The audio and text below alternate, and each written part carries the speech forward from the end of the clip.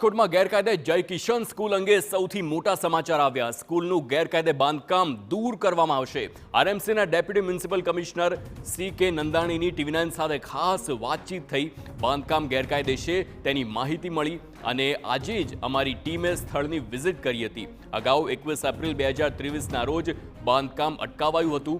બાંધકામ દૂર કરવાની નોટિસ પણ અપાઈ હતી।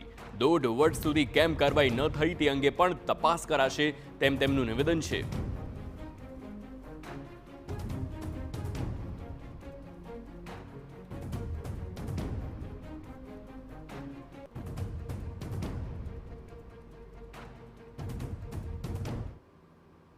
મોવડી વિસ્તારમાં જય કિશન સ્કૂલના ગેરકાયદેસર બાંધકામનો મુદ્દો સામે આવ્યો છે। મારી સાથે deputy municipal commissioner CK Nandani sir છે, તેની સાથે વાત કરીશું।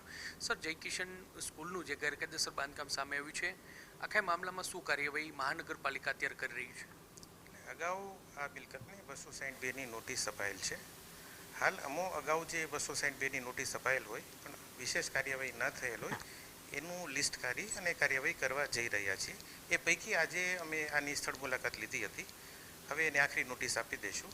એનું જે નળ કપાત છે કે વીજ જોડાણ છે એ કપાત કરવાની કાર્યવાહી પણ આગળ કરશું અને જો મકાન માલિક જે સ્વયંભૂ દૂર ના કરે તો તે દૂર કરવાનું મહાનગરપાલિકા કાર્યવાહી હાથ ધરશે। સર, કેટલા સમયમાં નોટિસ છે તે આપવામાં આવશે? જે ગેરકાયદેસર બાંધકામ જ આપી દઈએ છીએ અમે, 1-2 દિવસમાં આપી દઈએ છીએ। સર, આની જોગવાઈ શું હોય છે? આ પ્રકારનું ગેરકાયદેસર બાંધકામ હોય છે તેને રાજકોટ મહાનગરપાલિકા કેટલા સમયમાં અને કઈ રીતે દૂર કરતું હોય છે?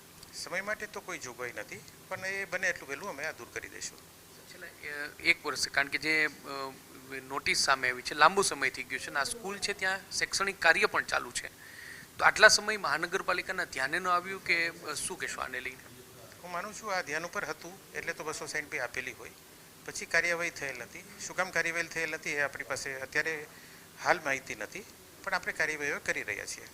હવે કાર્યવાહી પ્રાથમિક દ્રષ્ટિએ એવી વાત હતી કે નળ જોડાણ રદ કરી દીધું છે, તો એ રદ કર્યું છે કે હવે કરવામાં આવશે આગળ? ના, એ તો કરશું, હવે કરશું। આજે સ્થળ મુલાકાત કરી છે, આ જોડાણ રદ કરશું હવે। સ્પષ્ટપણે તો રાજકોટ મહાનગરપાલિકાના deputy municipal commissioner CK Nandani છે કે જેઓ સ્પષ્ટપણે કહી રહ્યા છે કે અગાઉ નોટિસ છે તે આપવામાં આવી હતી અને તે પૈકી કાર્યવાહી નથી થઈ, એટલા માટે જ આજે ફરી એકવાર સ્થળ વિઝિટ છે તે કરવામાં આવી હતી। 1 કે 2 દિવસમાં ડિમોલેશન અંગેની નોટિસ છે તે આપવામાં આવશે અને તબક્કાવાર સૌપ્રથમ નળ કનેક્શન, ત્યારબાદ વીજ કનેક્શન અને જે જરૂરી કાર્યવાહી છે બાંધકામ દૂર કરવા સહિતની કાર્યવાહી છે તે કરવામાં આવશે। કેમેરા પર્સન ભાવેશ લશ્કરી સાથે મોહિત ભટ્ટ, TV9 રાજકોટ।